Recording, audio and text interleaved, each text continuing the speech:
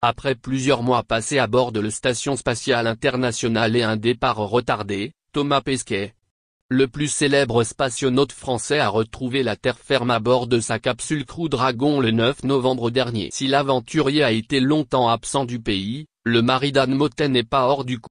Depuis l'espace, le Français, pourtant à des milliers de kilomètres du premier cinéma, a pu découvrir des longs métrages très attendus et ainsi rester à la page. Après Alexandre Astier qui lui a envoyé Kaamelott, premier volet, l'été dernier, Pierre Ninet lui a permis de découvrir Boîte Noire.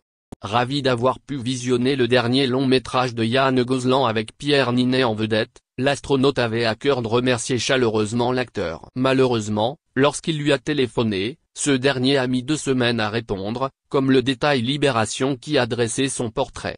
Il a ghosté, rompre le contact sans explication, pendant 15 jours. Un appel de Houston, Texas.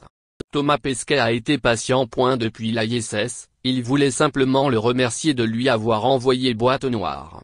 Dans Boîte Noire, au cinéma depuis le 8 septembre, Pierre Ninet se glisse dans la peau d'un enquêteur du BA, à la recherche de la vérité sur le crash du vol Dubaï-Paris. Quelques jours après la sortie du film, l'acteur césarisé pour sa performance dans Yves Saint Laurent, s'est saisi de son compte Twitter pour annoncer l'incroyable nouvelle. Boîte Noire est premier du box-office, dans l'espace. À la demande des équipes de l'ISS, nous avons envoyé le film à bord. J'espère que ça vous plaira. Thomas Pesquet. PS, avez-vous une boîte noire là-haut? Si Pierre Ninet n'a pas manqué de faire parvenir le film à Thomas Pesquet, il a bien failli lui mettre le vent du siècle. Dans un récent article de nos confrères de Midi Libre, on découvre que l'astronaute gagne très bien sa vie. Vous allez nous dire, c'est normal quand on sait les risques qu'il prend, et évidemment on est d'accord. Ainsi, selon les sources de nos confrères, un astronaute débutant touche un montant mensuel minimum de 6 197,55 €. Celui-ci peut aller jusqu'à quasiment 7 000 €, tout dépendra de son statut marital et du nombre d'enfants à charge. Concernant le salaire de Thomas Pesquet, le Midi Libre nous explique qu'il est bien plus élevé qu'un spationaute débutant.